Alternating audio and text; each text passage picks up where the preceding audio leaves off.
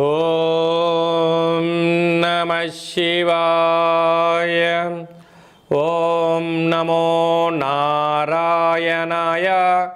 కర్మ నివారణ నరదృష్టి నివారణ కాల భైరవాయై నమో నమః.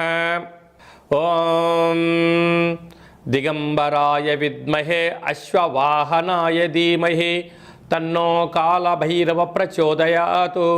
హరి ఓం. మా ఛానల్కి స్వాగతం. చూస్తున్న వీక్షకులకు ప్రేక్షకులకు ప్రియ కాల భైరవ భగవద్బంధులకి స్వాగతం పలుకుతూ మమ్మల్ని ఎంతగానో ఆదరిస్తూ ఉండబడినటువంటి ప్రియ సోదర సోదరీమణులకు సనాతన ధర్మ సంరక్షకులకు జ్యోతిష్య అభిమానులకు అందరికీ కూడా నూతన ఆంగ్ల సంవత్సర శుభాకాంక్షలు.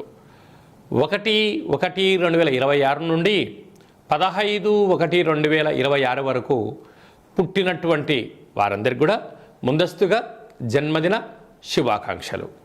అలాగనే వీక్షక ప్రేక్షకులకు అందరికీ కూడా మకర సంక్రాంతి, భోగి, కనుమ పండగ శుభాకాంక్షలు. ద్వాదశ రాశుల్లోనే గ్రహ గమనాల్ని ఒకసారి వీక్షింపచేద్దాం.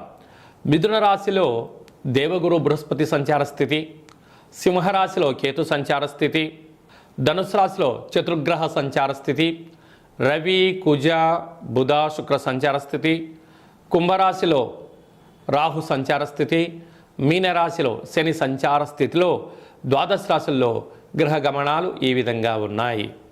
కుంభరాశి వారికి ఆంగ్ల సంవత్సర ప్రారంభకాల సమయంలోనే ఒకవైపు ఏళ్లనాటి శని చివరార్థ సంచార స్థితిగా ఉంటూ ఏకాదశి స్థానంలో లాభస్థానంలో చతుర్గ్రహ సంచార స్థితి ఉన్నప్పుడు గ్రహ యోగాన్ని ఎలా పొందాలో ఈ వీడియోలో సవివరంగా సంపూర్ణంగా తెలుసుకుందాం.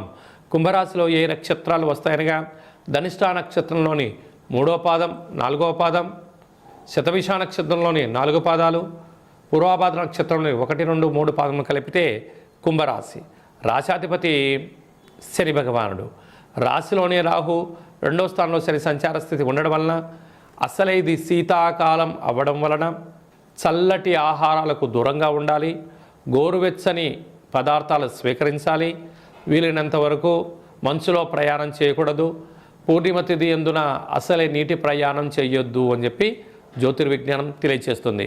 పంచమ స్థానంలో గురు సంచార స్థితి ఉండడం వలన వివాహం కాని వారికి వివాహము, ప్రయత్నం కలిసి రావడం, ప్రేమికుల మధ్య అన్యూన్యత ఉండడం, వివాహమైన దంపతులకు పుత్రపుత్రిక సంతాన యోగము, అదృష్టకరమైన జీవన విధానంలో మీ యొక్క ఆనందానికి అవధులు ఉండవు అని చెప్పి కూడా గమనించాలి. సప్తమ స్థానంలో కేతు సంచార స్థితి ఉండడం వలన ఎప్పుడు కూడా భూత భవిష్యత్ వర్తమానాన్ని మీరు అంచనా వేయగలుగుతూ ప్రయాణం చేయగలిగితే మీకన్నా అదృష్టవంతుడు ఎవరు లేరు అని చెప్పి గమనించగలగాలి. ఏకాదశ స్థానంలో ఆత్మకారకుడు రవి, రుణరోగ శత్రుకారకుడు కుజుడు, బుద్ధికారకుడు బుధుడు, కళత్రకారకుడు శుక్రుడు ఉండడం వలన ప్రభుత్వ ఉద్యోగస్తులతో మీరు మైత్రిని మంచి స్నేహ సంబంధాలుగా పెట్టుకోగలిగితే భూములు రిజిస్ట్రేషన్లు, వాహన కొనుగోళ్లు, నూతన వస్త్రాలు, బంగారు ఆభరణాలు, షేర్లు, క్రయ విక్రయాలు, పెట్టుబడులు, ఆకర్షణ, ఉన్నతమైన జీవన ప్రయాణ గతులను ఆస్వాదించబోతున్నారు. ఎన్నో రోజులుగా మీరు ఈ సువర్ణపు అధ్యాయానికి ఎదురు చూస్తున్నారు. అలాంటి రోజు రానే వచ్చింది. కానీ వాటిని ఎంతో జాగ్రత్తగా భద్రపరచుకోగలిగితే రాబోయే కాలము సువర్ణపు యుగము. రియల్ ఎస్టేట్ రంగంలో ఉండబడిన వారు, నూనెలు, ఆహార ఉత్పత్తులు, సాఫ్ట్వేర్ రంగంలో ఉండబడిన, హార్డ్వేర్ రంగంలో ఉండబడిన వారు, క్రయ విక్రయాలు, ఆహార ఉత్పత్తులలో ఉండబడిన వారు సమన్వయం అవసరం. కనుక పూర్ణిమ తిథి యందున కాళభైరవ స్వామి యొక్క స్మరణ, కాళభైరవ స్వామి యొక్క పిండి దీపము లేక నారికేల దీపము, నారికేల దీపాన్ని ఏర్పాటు చేయడం వలన తెల్లజిల్లేడు వృక్ష ప్రదక్షిణ, తెల్లజిల్లేడు పుష్పాలతో భైరవుడికి దండ వేయగలిగినట్లయితే సకల దోషం తొలగిపోతుందని చెప్పి గమనించాలి.